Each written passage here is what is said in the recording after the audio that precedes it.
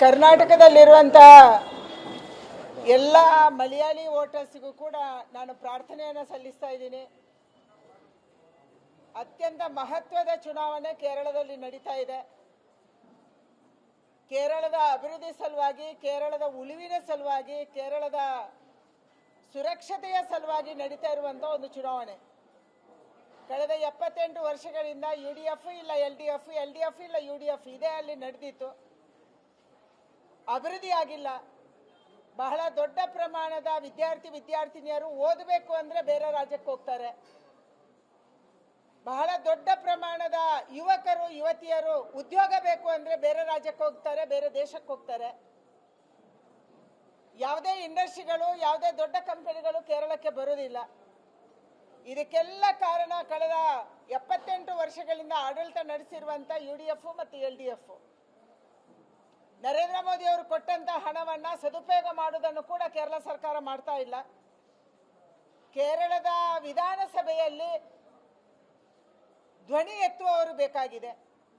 ಈ ಧ್ವನಿ ಎತ್ತುವುದರ ಸಲುವಾಗಿ ಇವತ್ತು NDA ಅಭ್ಯರ್ಥಿಗಳನ್ನ ನಾವು ನಿಲ್ಲಿಸಿದ್ದೀವಿ. ಅವ್ರು ಗೆದ್ದು ಹೋಗಬೇಕು. ನರೇಂದ್ರ ಮೋದಿ ಅವರು ಕೊಟ್ಟಂತ ಒಂದೊಂದು ಯೋಜನೆ ಕೂಡ ಕೇರಳದಲ್ಲಿ ಸದುಪಯೋಗ ಆಗಬೇಕು, ಜನರ ತನಕ ತಲುಪಬೇಕು. ಈ ಕಾರಣಕ್ಕಾಗಿ ಇವತ್ತು ಅತ್ಯಂತ ಕ್ರೂಷಿಯಲ್ ಆಗಿರುವಂತಹ ಒಂದು ಚುನಾವಣೆಯನ್ನ ನಾವು ಕೇರಳದಲ್ಲಿ ಮಾಡ್ತಾ ಇದ್ದೀವಿ.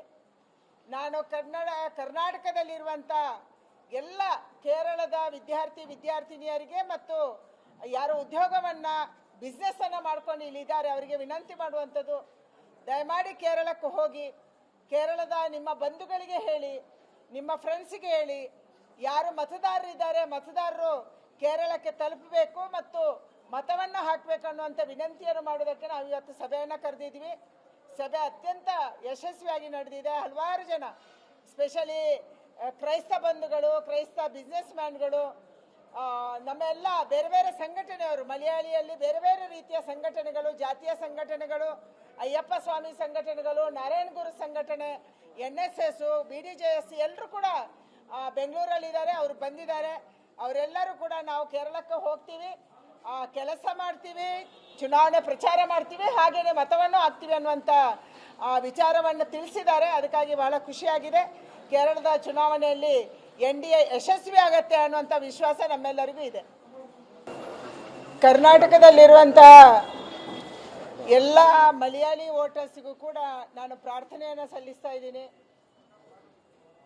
ಅತ್ಯಂತ ಮಹತ್ವದ ಚುನಾವಣೆ ಕೇರಳದಲ್ಲಿ ನಡೀತಾ ಇದೆ.